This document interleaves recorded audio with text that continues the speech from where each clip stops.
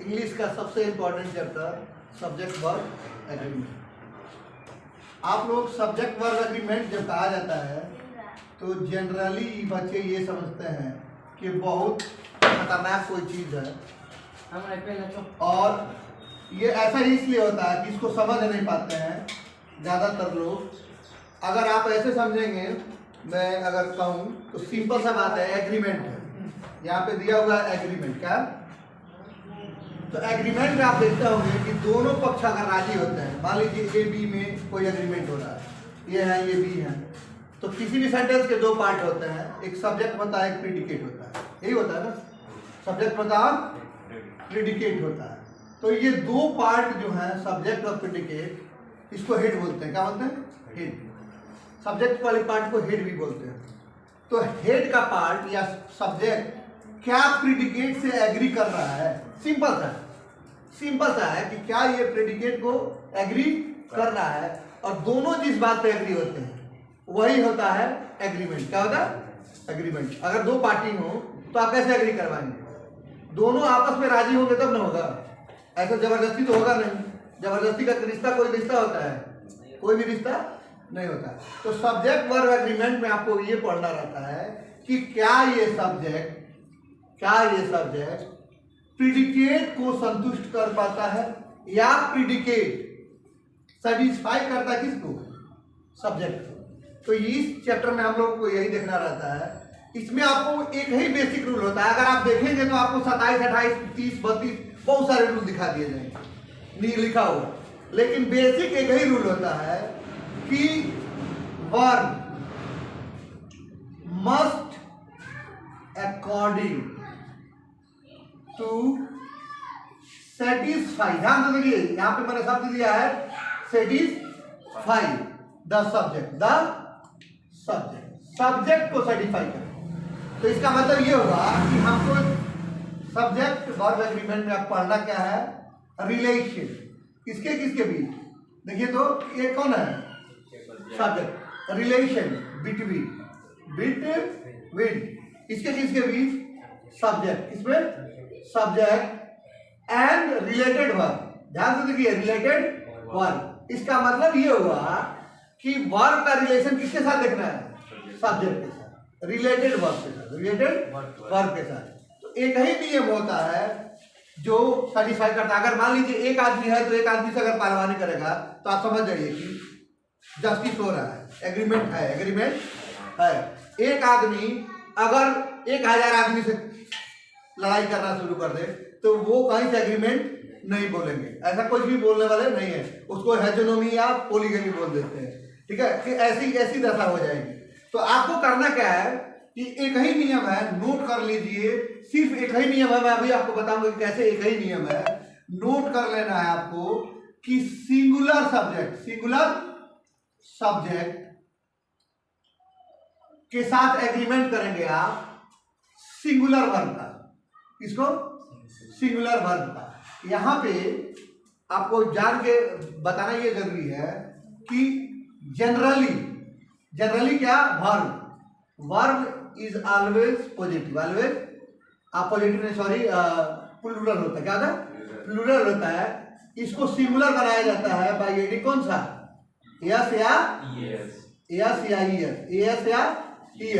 जबकि सब्जेक्ट में आप देखेंगे कि सब्जेक्ट में अगर आपने क्या जोड़ दिया? यस या ईएस जोड़ दिया, यस या ईएस आपने जोड़ दिया तो ये प्लूरल हो जाएगा।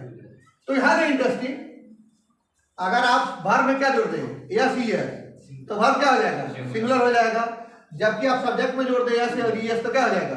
प्लूरल हो जाएगा। यानी देखिए यहीं पे एग्रीमेंट हो रहा है। आपको अगर ध्यान से देखें तो ग्रामर यहीं पे एग्रीमेंट करा रहा है। एक में यस ईएस जोड़ दे रहा है तो क्या हो जा रहा है? प्लूरल से सिंगुलर हो जाएगा। प्लूरल से क्या हो जा रहा है? और एक में यस ईएस जोड़ दिया जाता है तो सिंगुलर से क्या हो जा रहा है? इसका मतलब बैलेंसिंग हो रहा है, यानी एग्री कराया जा रहा है। तो अब आप देखेंगे सिंगुलर सब्जेक्ट के साथ सिंगुलर वर्ब, और दूसरा है प्लूरल सब्जेक्ट के साथ प्लूरल वर्ब। जैसे यहां पे अगर मैं लिखूं कि मैं जाता हूं, तो मैं यहां पे क्या है? सिंगुलर है। क्या? सिंगुलर है। तो आप वर्ब कैसे लगाते हैं? सिंगुलर के साथ वर्ब भी क्या लगेगा? सिंगुलर लगेगा। वर्ब भी क्या होना चाहिए? सिंगुलर होना चाहिए, क्योंकि यही नियम है। तो आई,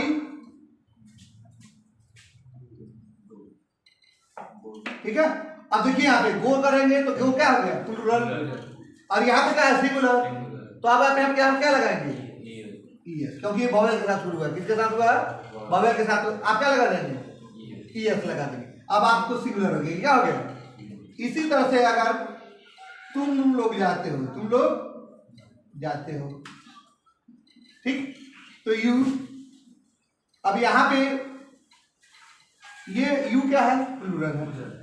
तो प्लूरल का कोई भी वर्ब लगाइएगा तो वर्ब अपने एग्जिस्टिंग फॉर्म में क्या होता है? प्लूरल ही होता है। तो यानी यू और आप क्या लगाए? दो। तो क्या हो गया? ये आपका सब्जेक्ट वर्ब एग्रीमेंट हो गया कि सिंगुलर के साथ क्या लगेगा? सिंगुलर लगेगा, प्लूरल के साथ प्लूरल। अब मैं इसको आगे बढ़ाता हूं। जो आपने नियम देखते हैं, नियम में ये होता है कि सिंगुलर कहने का मतलब कि सेंस क्या देता है? सेंस सिंगुलर देता है कि प्लूरल देता है? जैसे मान लीजिए कि मैं दूसरा कोई एग्जांपल दे रहा हूं। जैसे ऐसे लिखा हुआ है राम और मोहन, राम और मोहन, मोहन जाते हैं, जाते हैं। ध्यान से देखिए यहाँ पे राम के साथ एंड के साथ जोड़ा हुआ है। दोनों सब्जेक्ट, ये दो सब्जेक्ट हुए, सब्जेक्ट 1 सब्जेक्ट 2, और जुड़े किसे हैं? एंड के साथ। किसके साथ? एंड के साथ, ठीक है। अब यहाँ पे सेंस को देखिए, राम और मोहन, तो एक हुए कि दो हुए भैया? ये दो हुए। तो दो क्या होता है? प्लूरल होता है कि सिंगुलर होता है? तो अगर कोई किसके साथ जुड़ा हुआ है, देखिए सेंस को समझिए, यही नियम है। सिंगुलर के साथ क्या लगना है? सिंगुलर। प्लूरल के साथ प्लूरल। सिंगुलर के साथ सिंगुलर और प्लूरल के साथ प्लूरल। यहाँ पे क्या आप देख रहे हैं कि राम और मोहन क्या होता है? जाता है। तो दो जा रहे हैं। तो यहाँ पे ये जो सब्जेक्ट हो गया, ओवरऑल सब्जेक्ट क्या हो गया? प्लूरल हो गया। ओवरऑल सब्जेक्ट क्या हो गया? प्लूरल हो गया। और प्लूरल के साथ क्या लगाएंगे? ठीक है। तो राम एंड श्याम कौन सी? गो, ठीक है। इसी तरह से जैसे आप लगा रहे हैं each of them, each of them, ठीक है। हम लोगों में से कोई जा रहा है, या somebody goes, somebody, तो आप somebody का मतलब क्या हुआ, या ईच का मतलब क्या हुआ? जैसे आप अगर ईच एवरीवन को देखें, ये समझ में आ रहा होगा। अब आप जरा नियम को आगे बढ़ाइए। मान लीजिए कि लिखा हुआ है कि कोई सेंटेंस है, ईच, एवरी, सम, ये सब लिखे हुए हैं, ठीक है। उसके अलावा मेनी, नाइदर, आइदर, ठीक है। अब आप इसमें क्या करेंगे? तो ये आपको याद रखना है कि ये सब एक ही का बोध करा रहा है। देख लीजिए, सब सिंगुलर का, सिंगुलर ही बता रहा है। नहीं समझ में आ रहा तो देखिए, अब मैं कह रहा हूं प्रत्येक आदमी गा रहा है, ठीक है। तो आप क्या करेंगे? एवरीवन, क्या लिखाएंगे? एवरीवन, ठीक है। एवरी मैन, ध्यान से देखिए, एवरी मैन। तो आपने मैन क्यों नहीं लिखा?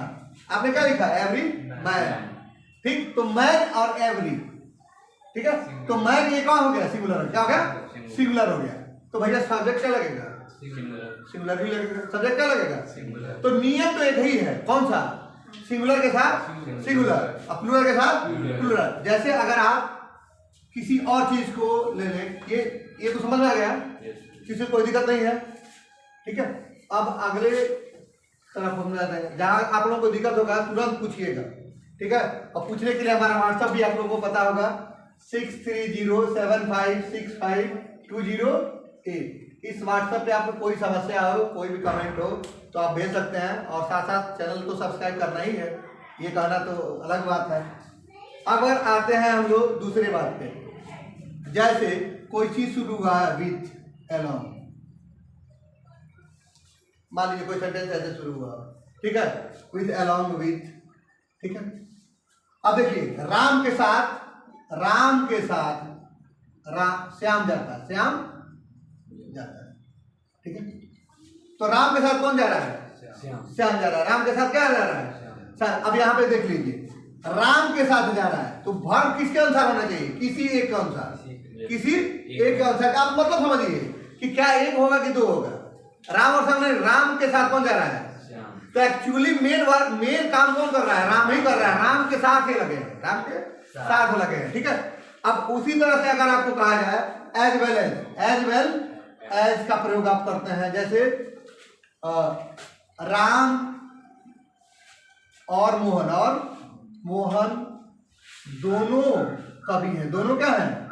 कवि हैं। ध्यान से देखो, दोनों क्या हैं? कवि हैं। तो आप लिखते हैं राम एज वेल एज, ठीक है, एज वेल एज। अब आप देख लीजिए इसे आप, अब यहाँ पे दोनों का आप जो कर रहे हैं एज वेल एज, राम और श्याम दोनों का है, Ram as well as Shyam, ठीक, इज पोएट, क्योंकि आप किसी एक ही की बात कर रहे हैं।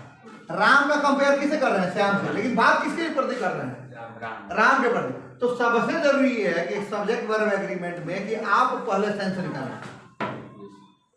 अगर वो सेंस, ध्यान से सेंस देखना है, सेंस अगर सिंगुलर का दे, सेंटेंस सेंस क्या दे? सिंगुलर का, तो आप किसका प्रयोग करेंगे? Singular subject. अगर सेंटेंस किसका सेंस देता है? प्लूरल का देता है, प्लूरल का देता है। जैसे अगर आप देखते होंगे तो बहुत सारे सेंटेंस ऐसे शुरू होते हैं, पहले कुछ आ जाता है, उसके बाद से सब्जेक्ट शुरू हो जाता है। जैसे देयर है, हियर है, देयर है जो सब्जेक्ट शुरू होता है हियर, ठीक है। अब अगर आप देखेंगे तो सब्जेक्ट इसके बाद आता है, जैसे वहाँ लड़के हैं, वहाँ लड़के हैं, ठीक है, वहाँ लड़का है, वहाँ क्या है? लड़का है, ठीक है। यहाँ कोई है, कोई है, ऐसे सेंटेंस आते हैं, ठीक है। तो आप देखिए यहाँ इसको अगर कहेंगे वहाँ लड़का है तो कहेंगे देयर, ठीक है, लड़के हैं देयर। अब यहाँ पे आ गया लड़के हैं तो क्या है? बॉयज। लड़के का है तो क्या है? तो आप तुरंत समझ लीजिए कि अब यहाँ पे क्या होगा? चल जा रहा है। और यही से बात कह दिया जाएगा वहाँ लड़का है, वहाँ क्या है? लड़का है, तो देयर तो रहेगा। और यहाँ देख लीजिए बॉय, क्या है? बॉय। तो यहाँ पे क्या हो गया? ठीक है, समझ आ रहा है कि नहीं आ रहा है? तो आपको कभी भी सेंस करना है, क्या करना है? सेंस करना है कि क्या वह सिंगुलर का दे रहा है या प्लूरल का दे रहा है। तो पहले पूरी बात सुनिए, पूरी बात सुनिए तब करेक्ट, क्योंकि आपके जो कंपटीशन में आता है वो एरर निकालना आता है। तो आज जब तक आपको सेंस नहीं समझ में आएगा, सेंटेंस का सेंस नहीं समझ में आएगा। अगर सेंटेंस एक चीज के बारे में बता रहा है, सिंगुलर का कहीं से अगर उसमें आपको लग रहा है कि इस सेंटेंस में सिंगुलर की बात हो रही है, तो आप क्या करेंगे? सिंगुलर वर्ब का इस्तेमाल करेंगे। अगर प्लूरल का सेंस आता होगा तो आप किसका इस्तेमाल करेंगे? प्लूरल का इस्तेमाल करेंगे, ठीक है हर्षित बाबू।